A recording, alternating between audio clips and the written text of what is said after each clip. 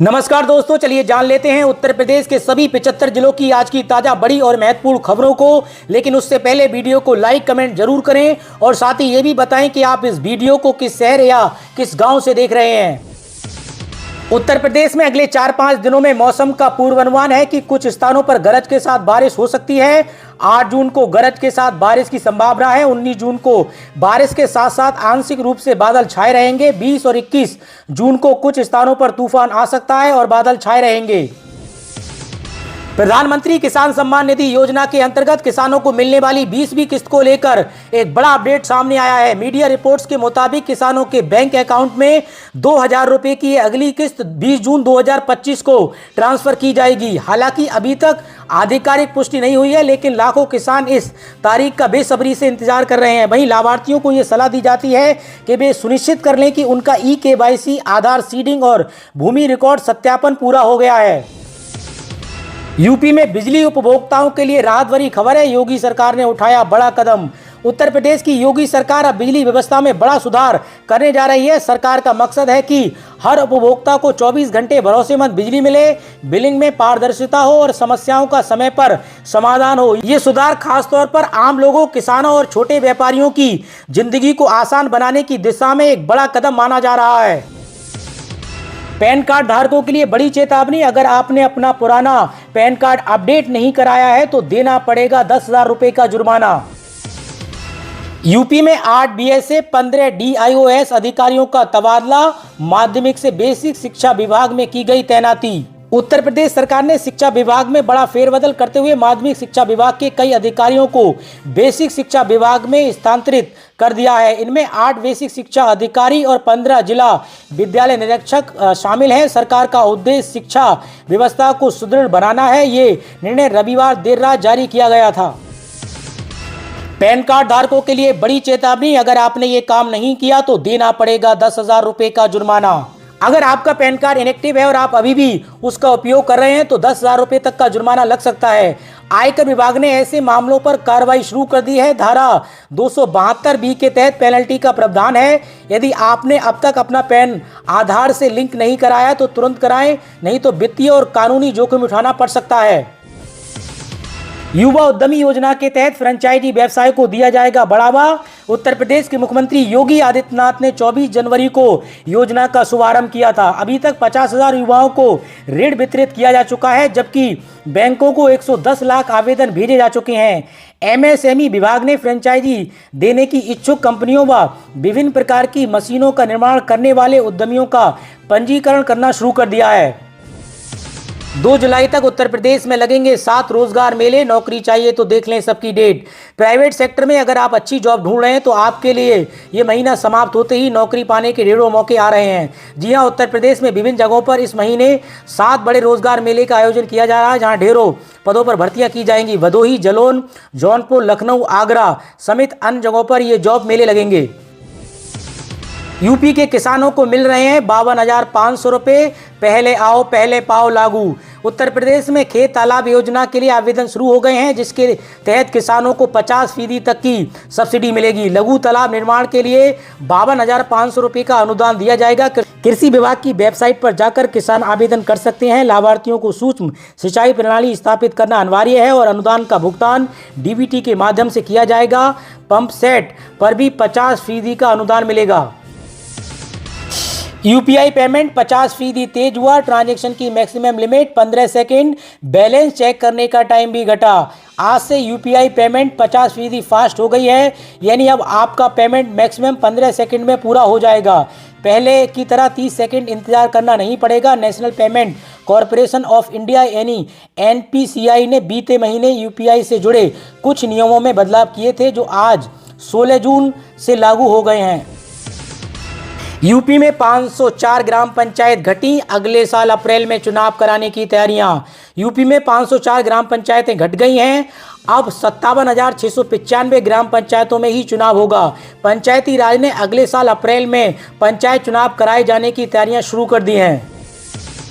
UP में पंचायत चुनाव लड़ने की तैयारी में जुटी कांग्रेस। जिलेवार की जा रही है समीक्षा। कांग्रेस ने पंचायत चुनाव को विधानसभा चुनाव की तैयारी का अहम पड़ाव मानते हुए संगठन सृजन अभियान तेज कर दिया है। प्रदेश प्रभारी अविनाश पांडे और अध्यक्ष अजय राय के नेतृत्व में जोनवार जिले की समीक्षा हो रही है, जिसमें सक्रिय कार्यकर्ता और पंचायत चुनाव में उतरने की योजना है।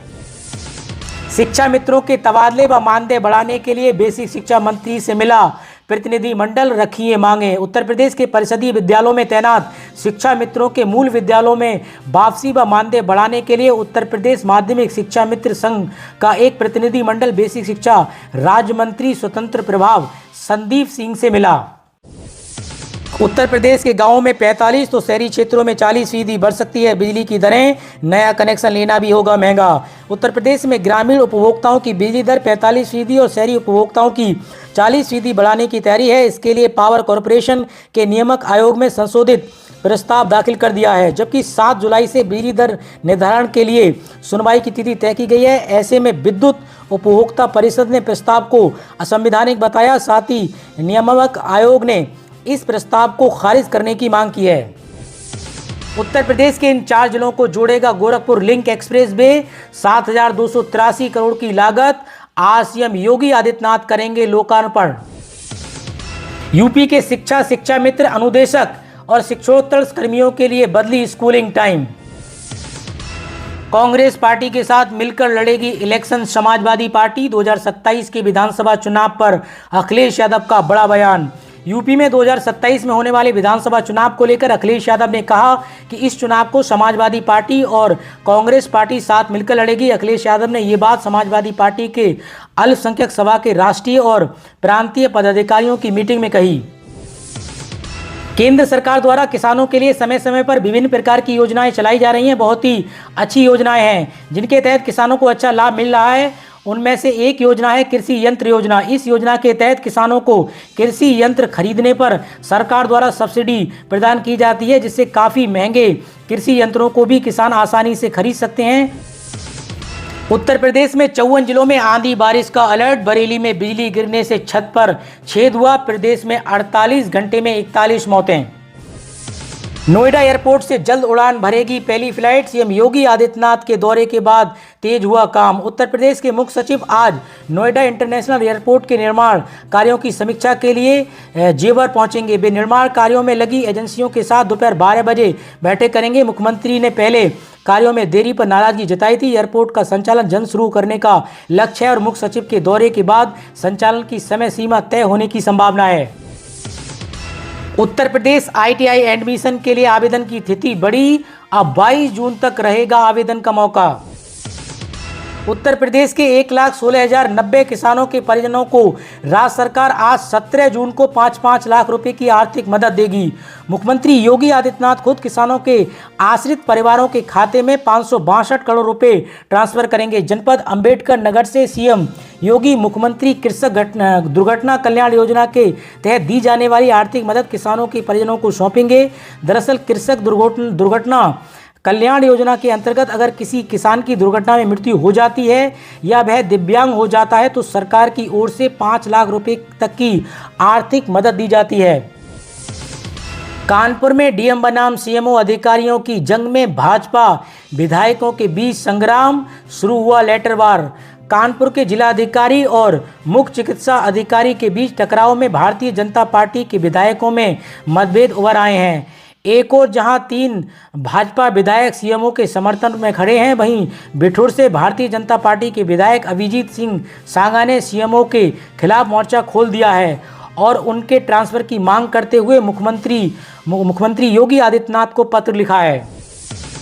2027 उत्तर प्रदेश विधानसभा चुनाव से पहले सियासत चरम पर। सभी पार्टी अपनी अपनी गोटियां सेट करने में जुटी। कोई पीडीए तो कुछ जातिगत समीकरण पर फोकस कर रहे हैं, लेकिन उत्तर प्रदेश के उन 20-22% अनुसूचित जनजाति के मतदाताओं पर सभी की निगाहें टिकी हैं, जिसके पास सत्ता की कुंजी है। अब इस वोट बैंक पर आजाद समाजवादी पार्टी के अध्यक्ष और नगीना से सांसद चंद्रशेखर आजाद की भी नजर है। अब तक बहुजन समाजवादी पार्टी की सुप्रीमो मायावती के खिलाफ कुछ भी ना बोलने वाले चंद्रशेखर आजाद ने चुनौती देना शुरू कर दी है। चुनौती भी ऐसी वैसी नहीं, बल्कि पूरे बहुजन समाज के वोट बैंक को अपने पाले में लाने की है। ये ठीक वैसा ही है जब काशीराम ने बहुजन समाजवादी पार्टी बनाते समय कहा था। तो दोस्तों, उत्तर प्रदेश की खबरों में आज के लिए इतना ही। और अधिक खबरें जानने के लिए आप यूपी न्यूज़ 92 के साथ जुड़े रहिए।